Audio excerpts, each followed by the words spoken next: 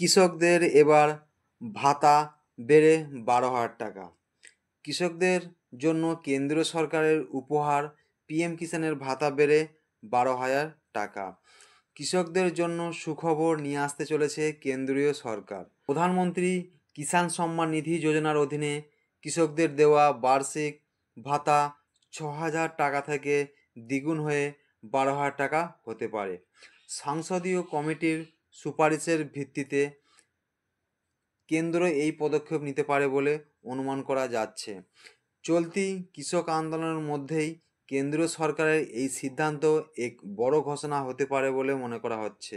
17 December 2024 লোকসভায় কৃষি ও কৃষক কল্যাণ মন্ত্রকের 18তম লোকসভার অনুদানের প্রথম দাবি পেশ করার সময় এই সুপারিশ পেশ হয়।